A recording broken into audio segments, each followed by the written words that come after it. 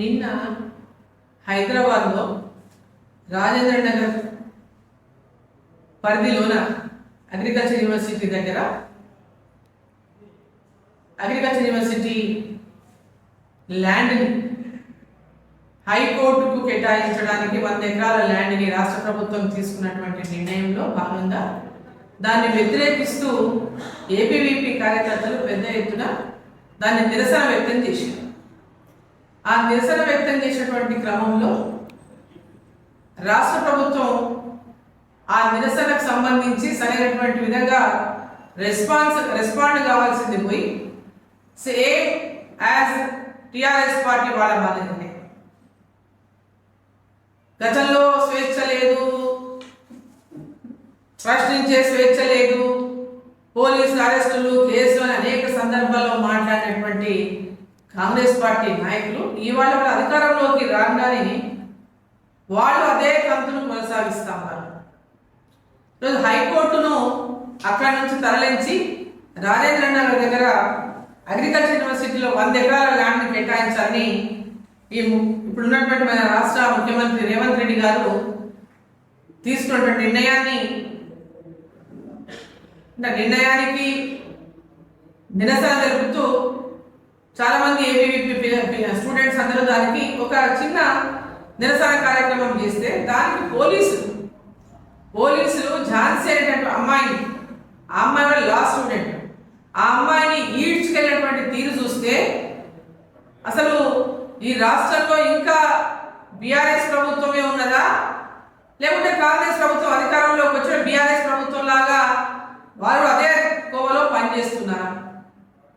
అంటే వీళ్ళు కూడా ఎవరైనా నిరసన తెలిపితే మేము కూడా ఇదే రకంగా బిహేవ్ చేస్తామని ఈ యొక్క సంఘటన ద్వారా రుజువు చేయదలుచుకున్నారా? హైకోర్టు అక్కడి నుంచి తరలించడానికి చాలా మంది వ్యతిరేకిస్తున్నారు. ఉమ్మడి ఆంధ్రప్రదేశ్ సర్వ్ చేసినటువంటి హైకోర్టు హెరిటేజ్ ఎంతో పెద్ద ఎత్తున 7 సంవత్సరాల చరిత్ర ఉన్నటువంటి హైకోర్టును అక్కడ తరలిస్తారంటే చాలా మందికి సెంటిమెంట్ గా కూడా అంత అవసరం ఏముంది ఇప్పుడు అన్నటువంటి ఆలోచన చాలా మందిలో ఉంది. ఎందుకంటే గత ప్రభుత్వంలో కేసీఆర్ గారు తన గుర్తింపు ఉండాలి, తన ఒక తను చేసినటువంటి తన పేరు ఉండాలని సెక్రటరియట్ కూలగొట్టి సెక్రటరియట్ కట్టినట్టు ఇప్పుడున్నటువంటి ప్రభుత్వం కూడా హైకోర్టుకు తీసి కొత్త హైకోర్టు కడతాం, 100 ఎకరాల స్థలం ఇస్తామని.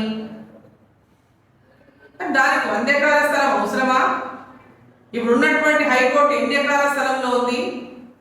మరి కొత్త కోర్టు సముదాయాన్ని నిర్మించాలంటే ఎన్ని ఎకరాల అవసరం ఉంది?